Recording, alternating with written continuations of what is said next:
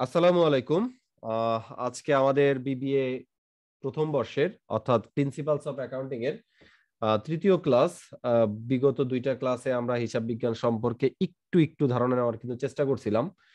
আহ, আর তোমরা যারা ইন্টারমিডিয়েট থেকে অনার্সে ভর্তি হও, প্রথমেই যখন দেখো যে আহ, ইংরেজিতে, তখন কিন্তু তোমাদের সব মানে মাথার উপর আকাশ ভেঙে পড়ে, মানে আমারও কিন্তু ভাঙছিল। তার মধ্যে আবার আমাদের যারা টিচার আছে তারা আসলে এমন ভাবে ভয় দেখায়, মানে কি বলবো, এত ভয় দেখায়, এত ভয় দেখায়, মানে মনে হয় যে অ্যাকাউন্টিং আসলে তিনি তিনি ছাড়া আর কেউ পারবেন না। মানে এখানে বিবিএ হ্যান ত্যান, মানে প্রচুর ভয় দেখায়। মানে আমি জানি না তোমাদেরকে দেখাইছে কিনা, বাট আমি যখন ফার্স্ট ইয়ারে ভর্তি হয়েছি তারা কিন্তু প্রচুর ভয় দেখাতো যে হিসাব বিজ্ঞান নিয়ে, যে হিসাব বিজ্ঞান বাইরে কেউ পারবে না। মানে মূলত ধরো তাদের টার্গেট ছিল, আমি একদম স্পষ্ট ভাষায় যদি বলি, তাদের টার্গেট ছিল যে তাদের কাছে যেন আমরা প্রাইভেট পড়ি। এই জন্যই হিসাব বিজ্ঞান নিয়ে আসলে তারা আমাদেরকে ভয় দেখাতো। বাট আমি যখন হিসাব বিজ্ঞানটা করা শুরু করলাম তখন আমি দেখলাম যে ইন্টারমিডিয়েটের হিসাব বিজ্ঞানের চাইতে অনার্স ফার্স্ট ইয়ারের হিসাব বিজ্ঞান কিন্তু অনেক সহজ। শুধু ওইটা বাংলা আর এটা ইংরেজি। তুমি যদি বাংলাটার ইংরেজি বুঝতে পারো তাহলে মানে ইন্টারমিডিয়েটে যারা অ্যাকাউন্টিং এ ভালো ছিল তারা অনার্সে অনেক ভালো করতে পারবা। ওকে, তো দেখো, এর জন্য তো ইংরেজি থেকে বাংলা বোঝার জন্য আমাদের যেটা জানতে হবে যে আমাদের অ্যাকাউন্টিং এর যে ডিকশনারি আছে, অর্থাৎ হিসাব বিজ্ঞান ডিকশনারি। আবার অনেক ক্ষেত্রেই দেখা যায় যে হিসাব বিজ্ঞান বইতে যে শব্দগুলো আছে অনেক শব্দেরই আসলে উত্তর খুঁজে পাওয়া যায় না, বিভিন্ন ডিকশনারি যেগুলো আমরা ইউজ করি সেখানে আসলে খুঁজে পাওয়া যায় না। তো এর জন্য আমি আসলে সবার প্রথম তোমাদেরকে অ্যাকাউন্টিং ডিকশনারিটা আর কি ভালো করে কমপ্লিট করে দেওয়ার চেষ্টা করব। তো এখানে তোমরা দেখতে পাচ্ছ কিছু শব্দ, আমরা আস্তে আস্তে অনেক বেশি অনেকগুলো শব্দ আর কি সম্বন্ধে জানবো।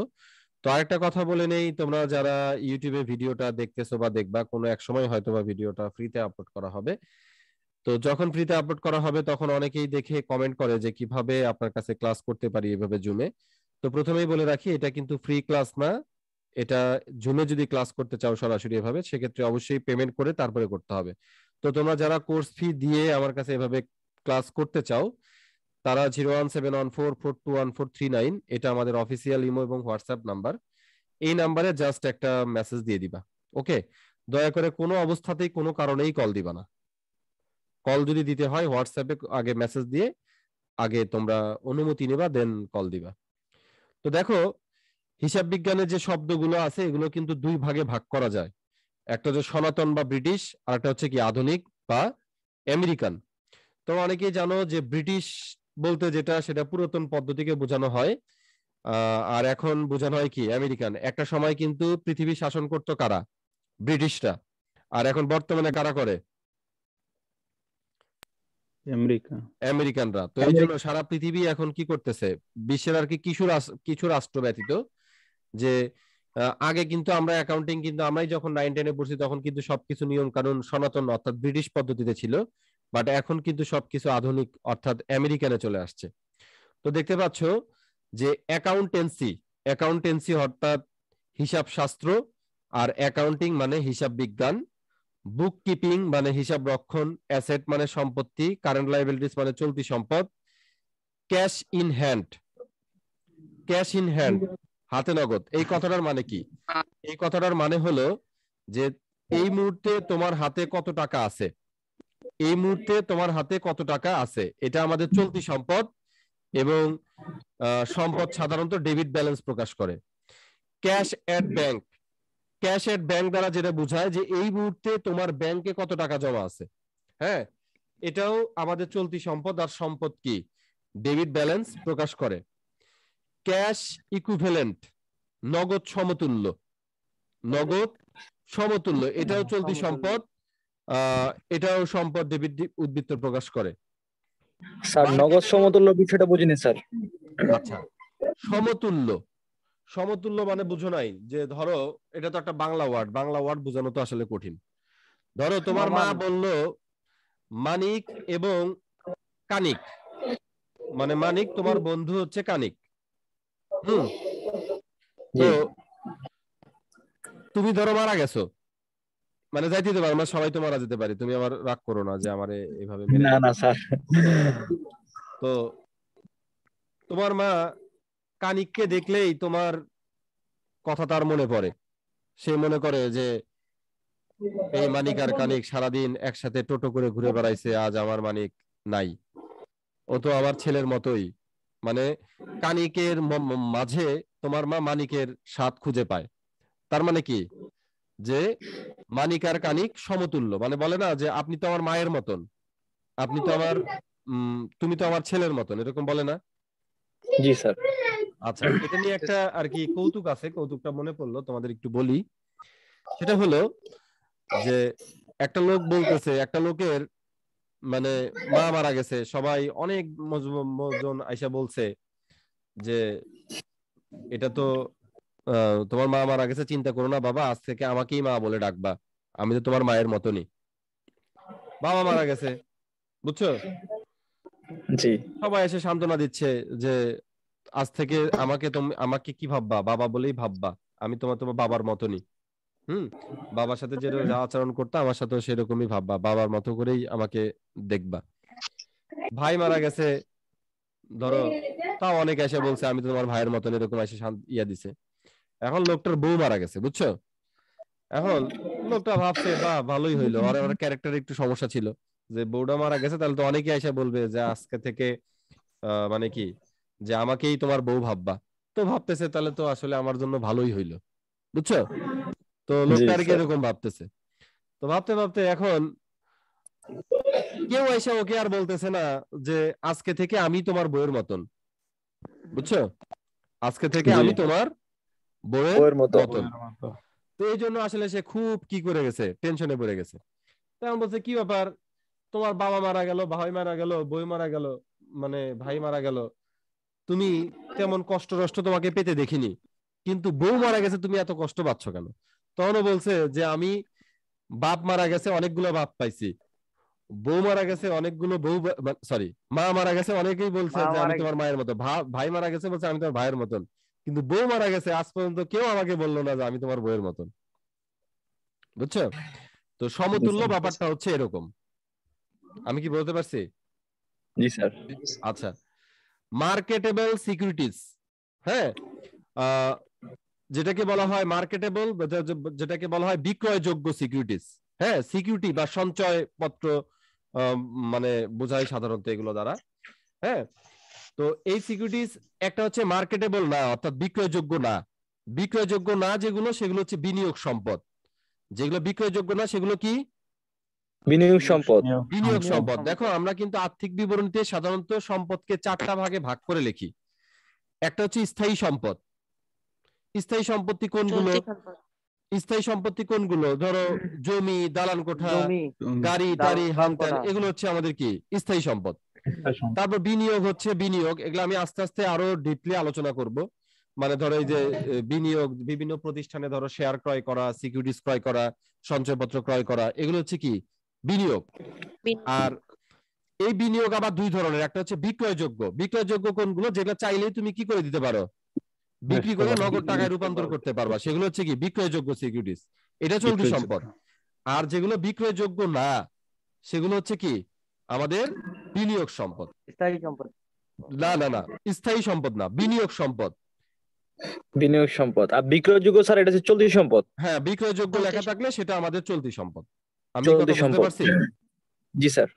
আচ্ছা, বিল রিসিভেবল। বিল রিসিভেবল হচ্ছে কি প্রাপ্য বিল। প্রাপ্য বিল জিনিসটা কি এটা একটু তোমাদেরকে বলি, অনেকেই হয়তোবা জানো, অনেকেই হয়তোবা জানো না। প্রাপ্য বিল জাস্ট লাইক একটা দলিল। কিসের দলিল? ধরো তুমি কারো কাছে বাকিতে পণ্য বিক্রি করছো, প্লিজ সবাই অডিওটা অফ রাখবা প্লিজ। তুমি কারো কাছে বাকিতে পণ্য বিক্রি করছো, এখন তুমি ওকে বললা যে তুমি তো কিছু দিলা না, বাকিতে তো একবার দেওয়া যায় না, তার বিনিময়ে তুমি আমাকে একটা কি দাও, দলিল দাও বা বিল দাও। যে বিলে লেখা থাকবে যে ধরো তোমার কাছ থেকে অমুক ব্যক্তি 10,000 টাকার পণ্য বাকিতে কি করছে, ক্রয় করছে, এবং সে 3 মাস পর, বিলের মেয়াদ সাধারণত কয় মাস? 3 মাস। বিলের মেয়াদ সাধারণত 3 মাস, আর 3 দিন হচ্ছে অনুগ্রহ দিবস। যাই হোক, এগুলো আমরা পরে আলোচনা করব বিস্তারিত, কারণ এখনই যদি অত ডিপে চলে যায় তাহলে আসলে আমরা এগোতে পারবো না। মানে যখন যেটা বোঝাতে হবে আমি আস্তে আস্তে বলবো। আমার কথা কি বুঝতে পারছো? আচ্ছা, তো বিলের মেয়াদ সাধারণত 3 মাস। তো এটা হচ্ছে কি প্রাপ্য বিল, কারণ এই বিলটার বিনিময়ে তুমি কি মানে বিল দুই ধরনের হতে পারে, সরি বিল রিসিভেবল, এটা প্রাপ্য বিল মানে তুমি বাকিতে পণ্য বিক্রি করছো তার বিনিময়ে তুমি একটা দলিল পাইছো। হ্যাঁ, দলিলটা কত টাকার? 10,000 টাকা। এই দলিল থেকে তুমি সাধারণত কয় মাস পরে টাকা পাবা? 3 মাস 3 মাস পর টাকা পাবা। 90 দিন। 90 দিন। তো এটা যদি তুমি আবার চাও, এটার কিন্তু আবার অন্যরকম ভ্যালু আছে। কিরকম ভ্যালু আছে? ধরো তুমি যদি চাও 10,000 টাকা তোমার এখনই দরকার, তুমি চাইলে ওই টাকাটা, তুমি চাইলে ওই বিলটা, হ্যাঁ তুমি চাইলে ওই বিলটা ইয়ে করতে পারবা, ব্যাংকের কাছ থেকে 10,000 টাকা বিল তুমি ব্যাংকে জমা দিবা, ব্যাংক হয়তো বা তোমাকে ধরো 9,000 টাকা দিবে। ব্যাংক তোমাকে কত টাকা দিবে? 9,000 টাকা। 9,000 টাকা দিবে। এখন ব্যাংকের কি লাভ? ব্যাংকের কিন্তু লাভ আছে। ব্যাংক কি করবে? 3 মাস ওয়েট করবে। ওয়েট করে তোমার কাছ থেকে যে বাকিতে পণ্য ক্রয় করছিল তার কাছ থেকে সে 10,000 টাকা নিবে। তার মানে 3 মাসে তার কি হলো? 1,000 টাকা কি হলো? লাভ হলো। বিলের বিষয়টা কি আমি বুঝতে পারছি? আরেকবার একটু বলতেন। আচ্ছা, কোন জায়গাটা বোঝো নাই?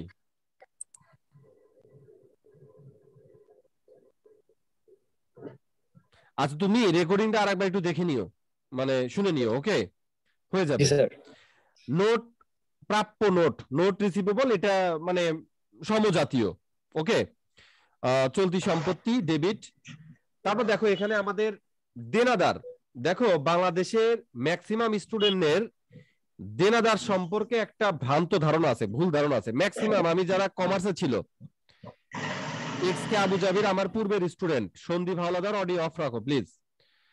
এস কে আবু জাবির আমার পূর্বের স্টুডেন্ট, ও হয়তোবা পারলে পারতে পারে, কিন্তু আর যারা আছো কমার্সে ছিল, বলো তো দেনাদার কাকে বলে, দেখি পারো কিনা।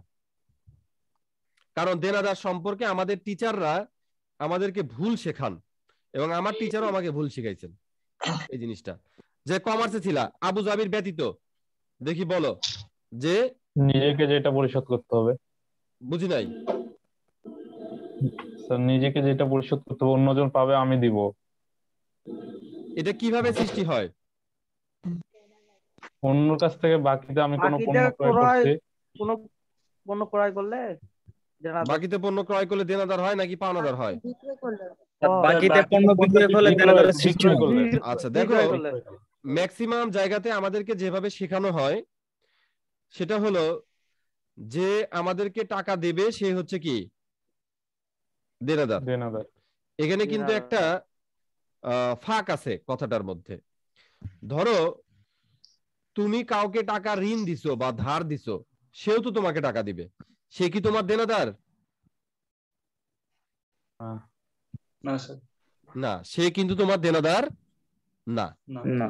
আমরা কিন্তু অনেকেই এই ভুল ধারণাটা কি করি, মনের মধ্যে রাখি যে যে টাকা দিবে সে আমাদের কি দেনাদার, কিন্তু না। এখন কারো কাছ থেকে যদি টাকা তুমি যদি মানে কাউকে টাকা ধার দাও, সেও তো তোমাকে টাকা দিবে, সে কি তোমার দেনাদার? সে কিন্তু তোমার দেনাদার। ভাই ওটা প্রদত্ত ঋণ না? হ্যাঁ, সেটা হচ্ছে প্রদত্ত ঋণ। আচ্ছা, ওইসব বিষয়ে আমরা পরে যাচ্ছি জাবির। আমি বলছি যে প্রথমেই দেখো এখানে অনেকেই আছে যারা হচ্ছে কি সায়েন্স ব্যাকগ্রাউন্ডের।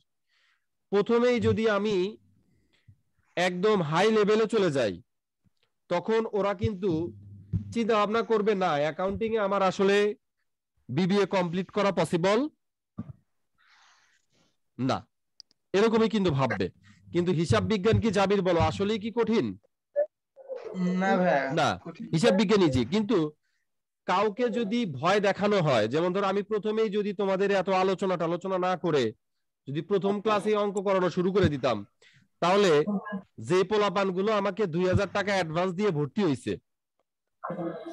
এরা কিন্তু কি 2-4 দিন ক্লাস করে হতাশ হয়ে কি করতো, ভাবতো আমার দ্বারা বিবিএ কমপ্লিট করা পসিবল না।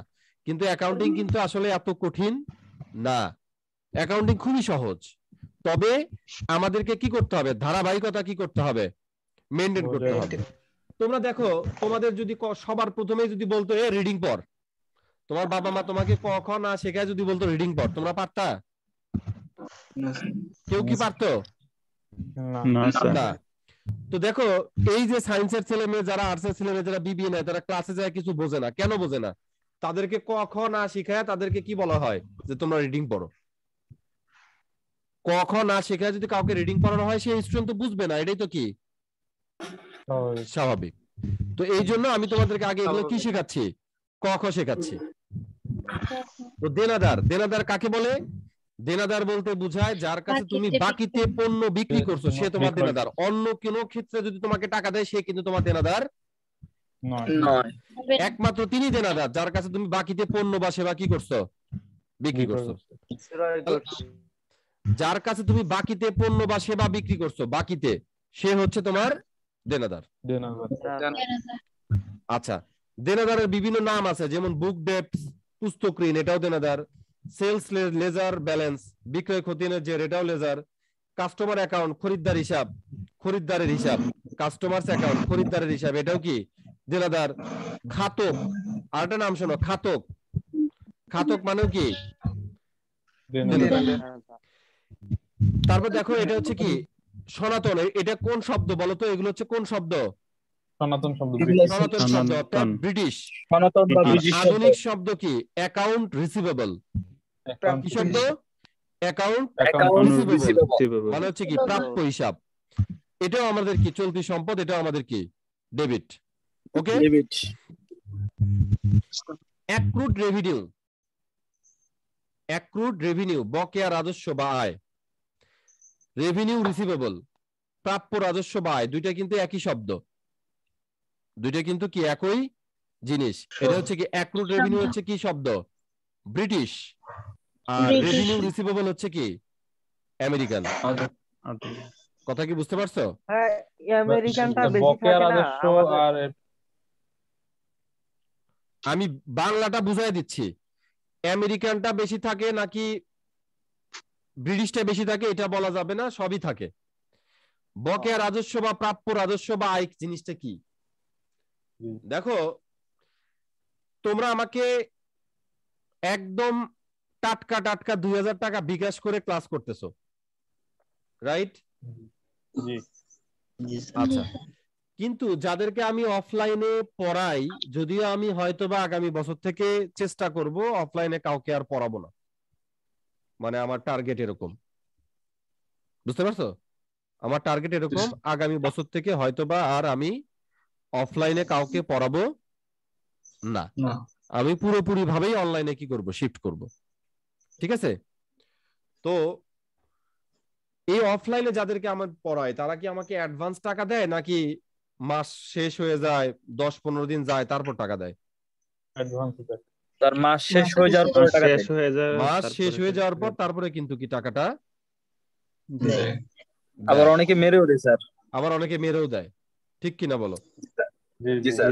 আচ্ছা, আর অনলাইনে ধরো টাকা অ্যাডভান্স পাওয়া যায়, মেরে দেওয়ার কোনো সুযোগ নাই। হ্যাঁ, মেরে দিলে কে দিতে পারে? আমি দিতে পারি। মেরে দিলে কে দিবে? তোমরা দিতে পারবা নাকি আমি দিব? আমি মেরে দিতে পারি। তোমাদের কি মেরে দেওয়ার কোনো সুযোগ আছে টাকা?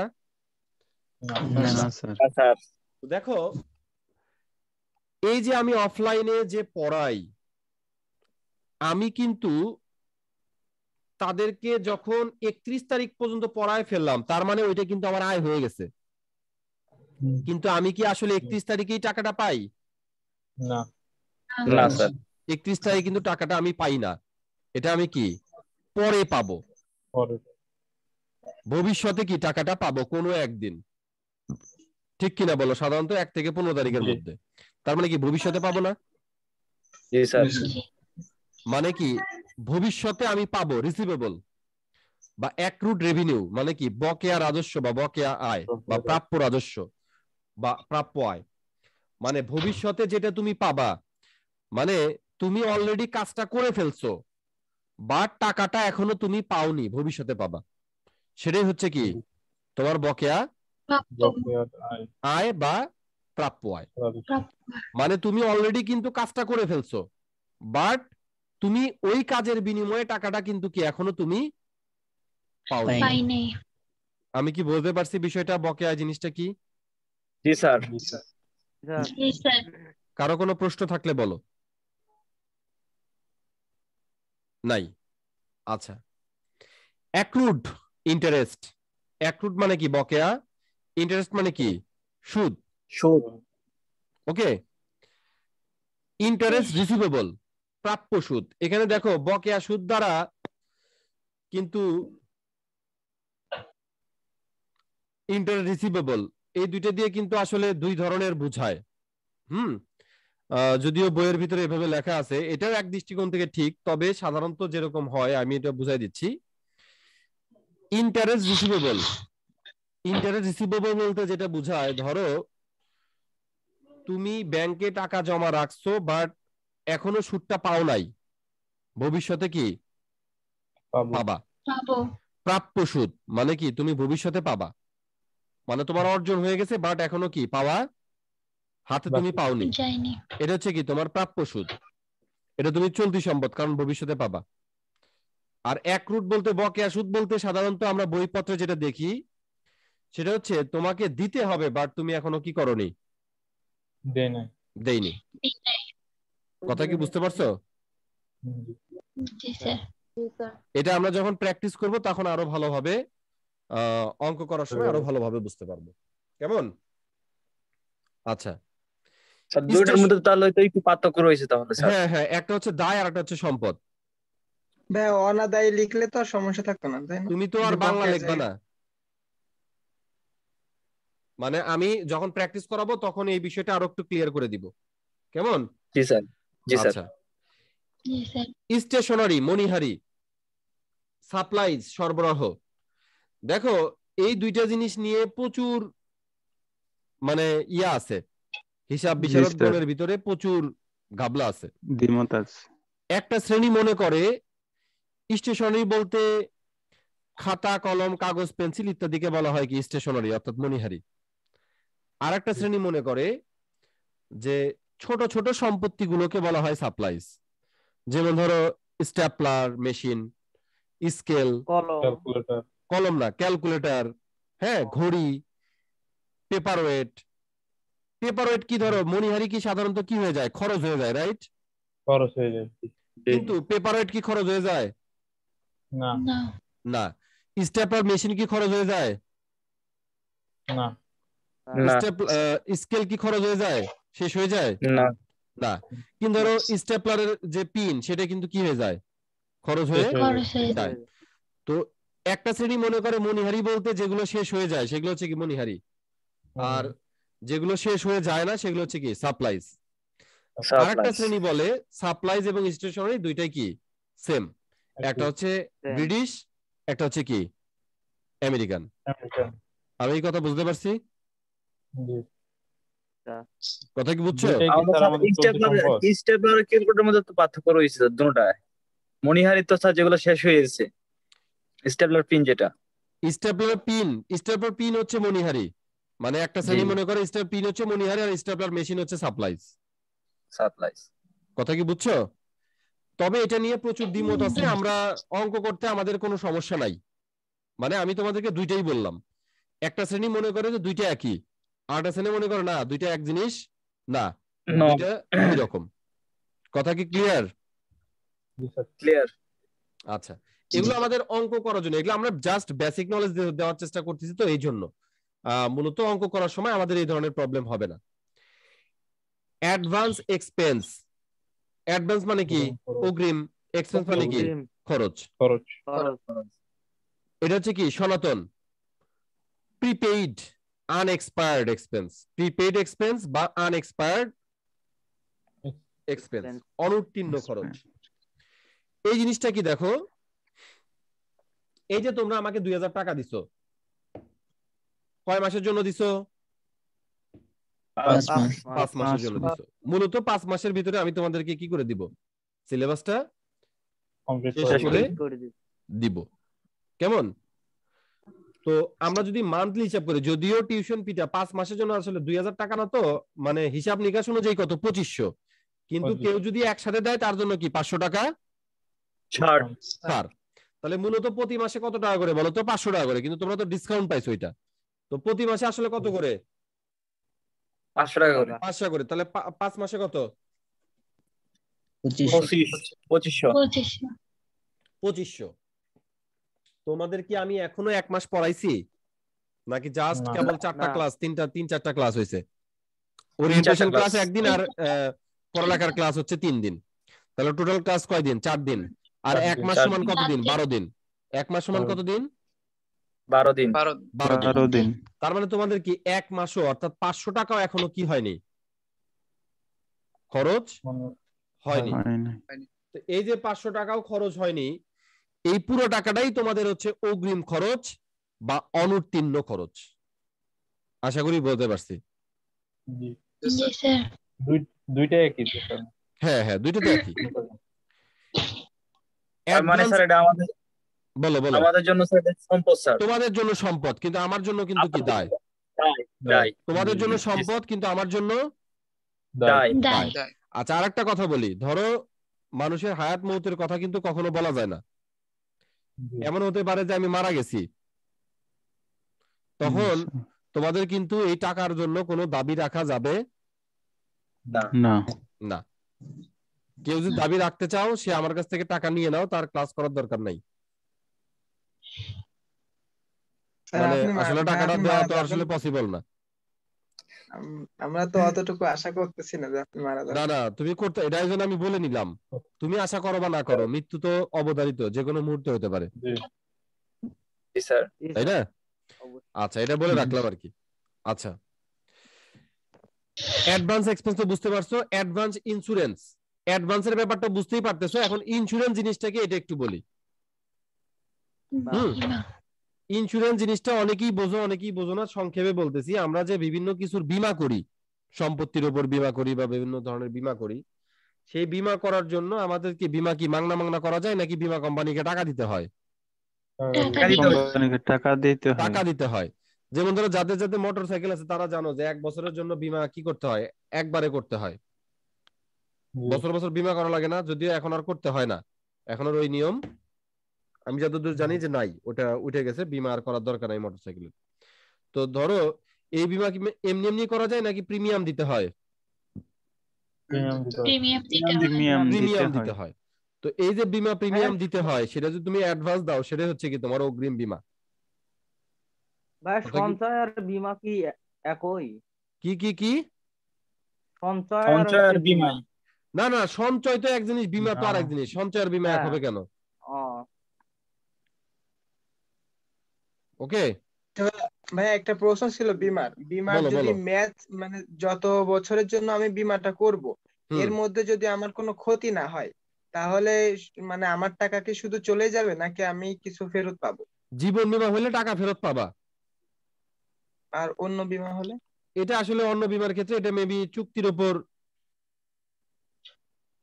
ডিপেন্ড করে। ডিপেন্ড করে। দলিলে লেখা থাকে স্যার। কোনটি? এটা চুক্তির উপর ডিপেন্ড করে। কথা কি বুঝতে পারছো? জি জি। হ্যাঁ। আচ্ছা, তারপর দেখো অ্যাডভান্স রেন্ট। অ্যাডভান্স মানে তো বুঝছো, রেন্ট মানে কি ভাড়া, ভাড়া। ভাড়া। প্রিপেইড বা আনএক্সপায়ার্ড রেন্ট।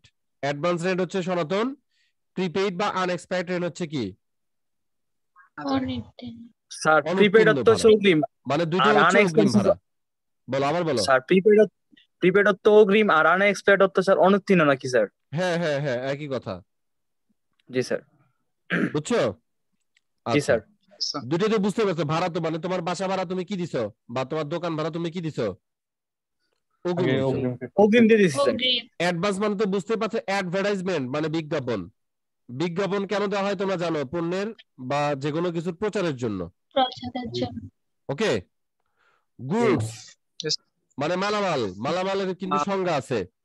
আমরা যদি বিক্রয়ের উদ্দেশ্যে কোনো কিছু ক্রয় করি, তাহলে সেটা হচ্ছে মালামাল। আমরা যদি এমন কোনো কিছু পণ্য। ক্রয় করি যেটার উদ্দেশ্য বিক্রয় না, সেটা কিন্তু আমাদের মালামাল বলে গণ্য হবে সম্পদ। না। না। না। সেটা স্যার সম্পদ হিসেবে গণ্য হবে। মানে সেটা যে অন্য যে কোনো কিছু হিসেবেই গণ্য হইতে পারে, তবে সেটা কি না, গুডস না, পণ্য পণ্য না। না। কথা কি বুঝছো? পণ্য তখনই হবে জি। যখন যখন বিক্রয়ের উদ্দেশ্যে ক্রয় করব। উদ্দেশ্যে তোমার উদ্দেশ্যটা কি ক্রয় করা। থাকবে, উদ্দেশ্যে ক্রয় করব। বিক্রয়। বিক্রয়ের উদ্দেশ্যে না থাকলে সেটা কিন্তু তোমার কি হবে না, পণ্য মালামাল বলে হবে না। গণ্য পণ্য হবে হবে না। না। আচ্ছা, মার্চেন্ডাইজ, আমেরিকানে বলা হয় মার্চেন্ডাইজ, এটা পণ্য, মানে সম্পদ। সনাতনে যদিও ব্যয়, সনাতন এটাকে ব্যয় ধরা হয়, আর আধুনিক বলতে মানে এটার হচ্ছে কাহিনী আছে, এটা আসলে চলতি সম্পদ ভাবে বলা যায় না, এখানে একটু মানে পুরোটা এখানে খেয়াল করলে কিন্তু হবে না, বুঝতে পারছো? মানে এখানে কিন্তু অনেক ব্যাখ্যা আছে। মানে যদি আমরা পিরিয়ডিক্যালে করি তাহলে কিন্তু আমাদের পণ্য, আমাদের ব্যয়, আর যদি পারপেচুয়ালে করি তাহলে কিন্তু আমাদের সম্পদ। মানে এটা আমরা পরবর্তীতে আলোচনা করব। মানে এটাকে তুমি চলতি হিসাবে, এটা লেখা আছে চলতি সম্পদ মনে করে, কিন্তু পরবর্তীতে মাথা কি করতে পারে, হ্যাং করতে পারে। কথা কি বুঝছো? জি স্যার। মানে এটা পরবর্তীতে বিস্তারিত আলোচনার সময় বুঝতে পারবা। স্টক মানে কি? মজুদ। ইনভেন্টরি মানে কি? মজুদ। এটা চলতি সম্পদ। তবে এখানে আবার কাহিনী আছে, ওপেনিং ইনভেন্টরি কিন্তু ব্যয়, আর ক্লোজিং ইনভেন্টরি সম্পদ, চলতি সম্পদ। বুঝছো? এগুলো হচ্ছে কি আমাদের, মানে এখানে তো অত বিস্তারিত লেখা সম্ভব না, এই জন্য সংক্ষেপে লিখে দেওয়া হয়েছে। র ম্যাটেরিয়াল। র মানে কি বলতো? স্যার র মানে কাঁচা। কাঁচা, কাঁচামাল। কাঁচা। ম্যাটেরিয়াল কি? কাঁচামাল। Work in progress, work in process, চলতি কার্য, প্রক্রিয়াধীন কার্য, যে কাজ শুরু হয়েছে কিন্তু এখনো শেষ হয়নি। এই জিনিসটা কি দেখো, ধরো তোমার গার্মেন্টস ফ্যাক্টরি আছে, তো তোমার কোম্পানিতে এই মুহূর্তে 5000 শার্ট আছে, যেগুলার সবকিছুই ঠিক আছে, শুধু বোতামটা লাগানো হয়নি। এই জিনিসটাই হচ্ছে কি? ওয়ার্ক ইন প্রসেস, চলতি কার্য, প্রক্রিয়াধীন পণ্য। কথা কি বুঝতে পারছি? স্যার সবকিছু ঠিক আছে কিন্তু কার্টনের টেপ মারা হয়নি, এটাও কি স্যার চলতি সম্পদের মধ্যে হ্যাঁ পড়বে হ্যাঁ স্যার? হ্যাঁ, মানে ধরো মোট কথা যে যেটার কাজ এখনো রানিং, ওটাই ওয়ার্ক ইন প্রসেস। কাজ এখনো সম্পূর্ণ হয় নাই। সম্পূর্ণ হয় নাই, হ্যাঁ। আরেকবার বলা যায় কাজ এখনো অসম্পূর্ণ, সেটা হচ্ছে কি? Work in process. ধরো পদ্মা সেতু, পদ্মা সেতু, যমুনা সেতু হচ্ছে কি? ফিনিশ গুডস, মানে কি কাজ শেষ। আর পদ্মা সেতু ওয়ার্ক ইন প্রসেস।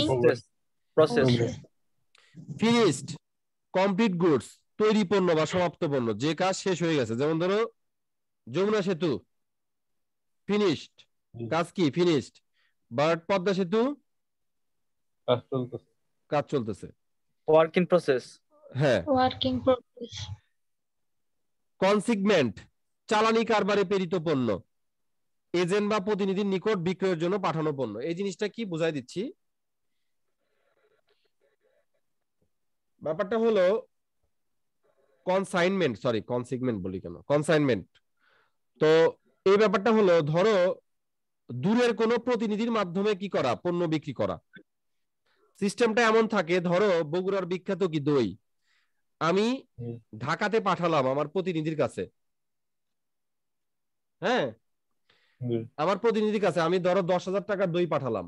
আমি ওকে বললাম তুমি যা বিক্রি করবা তার ভেতর থেকে 10,000 টাকা তুমি পাবা, আর বাদ বাকি টাকা আমাকে দিতে হবে। ধরো সে 10,000 টাকার দই 20,000 টাকা বিক্রি করলো, তাহলে 20,000 টাকার 2% টাকা, 10% টাকা, অর্থাৎ 2,000 টাকা সে কি করবে? নিবে। সে কি করবে? নিবে। আর বাদ বাকি টাকা কি করবে? আমাকে দিয়ে দিবে। তাহলে আমার লাভ হলো কত বলতো? 18,000। বিকজ আমি 10,000 টাকার মাল পাঠায় আমি 18,000 টাকা কি করলাম? পেলাম। ওকে, এই সিস্টেমটা হচ্ছে কি? হ্যাঁ, আমার 8,000 টাকা লাভ, মানে আমি 18,000 টাকা পাবো না, তাহলে আমার কি হবে? 8,000 টাকা লাভ হবে। এই সিস্টেমটার নামই হচ্ছে কি? এজেন্ট বা প্রতিনিধি নিকট বা চালানি কারবারে প্রেরিত, মানে পণ্য বিক্রয়। স্যার চালানি কারবারে পণ্য আর চালানি কারবারে প্রেরিত পণ্য কি একই জিনিস? হ্যাঁ হ্যাঁ হ্যাঁ। আচ্ছা, ইন্স্যুরেন্স ক্লেম, বীমা দাবি বা বীমা ক্ষতিপূরণ। ধরো একটা, আমরা যদি যখন একটা পণ্যের যখন বীমা করা থাকে, সেটা যখন কোনো ক্ষতি হয়, তখন সাধারণত যে পুরো টাকাই যে তারা দেয়, ব্যাপারটা কিন্তু এরকম না।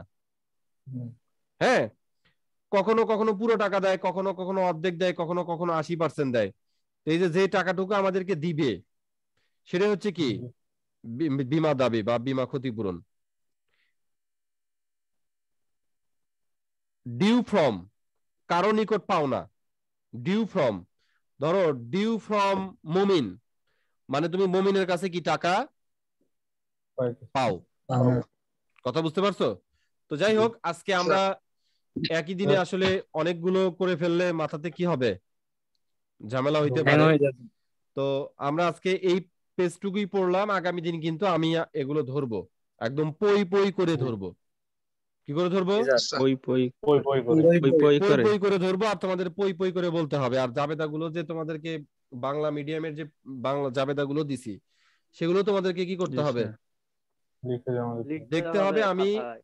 আচ্ছা আজকে কত পর্যন্ত চলতেছে বলো তো? জি স্যার। জাবেদা আজকে কোন জাবেদা পর্যন্ত দেখার 4 কথা? 4টা ক্লাস স্যার দেখা হয়েছে, 4টা ক্লাস দেখা চারটা। হয়েছে। আগামী দিন 6 পর্যন্ত দেখতে হবে, না দেখলে কিন্তু খবর আছে। আমি কিন্তু প্রচন্ড অপমান করতে পারি, প্রচন্ড অপমান করবো কিন্তু। ভাইয়া আমাকে ওই গ্রুপে একটু অ্যাড দিয়ে দিন। আর হ্যাঁ হ্যাঁ আমি অ্যাড বই দিয়ে কিনেছি দিচ্ছি। তো এই সপ্তাহে কিনবো, এইটা একটু ছবিটা দিয়ে দিয়েন গ্রুপে আজকে যেটা কিসের ছবি? করালেন। ভাইয়া এই যে আজকে যেগুলা করালেন না, এই যে ডিকশনারি, তোর পিডিএফ দেওয়া আছে তো, পিডিএফ ওইটা দেওয়া আছে ডিকশনারি তো। দিয়ে দিছি, পিডিএফ দিয়ে দিছি, দেখো তোমাদের গ্রুপে দিয়ে আচ্ছা দিছি। আমি তোমরা ইয়ে হ্যাঁ করতে ভাইয়া। পারবা। তো অনেক রাত হয়ে গেছে, সবাই ভালো থাকবা, আল্লাহ হাফেজ। বাড়ির কাজগুলো আল্লাহ কিন্তু হাফেজ। করতে হবে ভাই, নইলে কিন্তু খবর আছে। ভাইয়া জি ভাই। বলো বলো। আপনার বইটা আমার একটু লাগবে স্যার। আমার বই আমি তোমাকে কিভাবে দিব? না ওই যে আমি কিনতে চাইতেছিলাম তো কুরিয়ার করে গাজীপুরে, দিবেন। এখন গাজীপুরে তো কোথায় পাবো? গাজীপুরে যে কোনো জায়গাতে বলবা দিগদর্শনের পবিত্র কুমার দাস, আমার নাম বইলো না, বিকজ আমি সহযোগী লেখক। পবিত্র কুমার দাস বলবা, দিগদর্শনের। স্যার আমরা ম্যানেজমেন্ট ডিপার্টমেন্টের কি আপনার বইটা কিনবো ওইটা? হ্যাঁ ওইটা বলবা, দিগদর্শনের পবিত্র কুমার দাস বললেই হবে। ধন্যবাদ। আমার কাছে এমনি স্যার আসসালামু আলাইকুম। হ্যাঁ বলো। স্যার আমি তো গ্রামে আসছি স্যার, আমি তো একটু লেট করে ফেলছি, এই নেটওয়ার্কের খারাপ। আচ্ছা রেকর্ডিং দেখে নিও অ্যান্থি, নীলা রেকর্ডিংটা দেখে নিও। ওকে স্যার আপনি রেকর্ডিংটা কোথায় দিচ্ছেন? জিমেইলে কি? হোয়াটসঅ্যাপে ইউটিউবে। তোমাদের একটা দেওয়া হয়েছে, লিংক দেওয়া হয়েছে। ওই লিংকে ক্লিক করলে একদম সিরিয়ালে সব ভিডিও পাবা, যেই কটা ক্লাস হয়েছে। ওই লিংকটা একটু শেয়ার দিলে ভালো হয়, আমার কাছে মনে হয় আগে আচ্ছা যারা আগে ছিলা তারা একটু কপি পেস্ট করো তো আচ্ছা, স্যার। লিংকটা। আচ্ছা স্যার দিয়ে দিন। লিংকটা কপি পেস্ট করে দাও, কেমন? জি জি। আচ্ছা ওকে, ভালো থাকবা, আল্লাহ হাফেজ। আল্লাহ হাফেজ। আসসালামু আলাইকুম। আল্লাহ হাফেজ স্যার।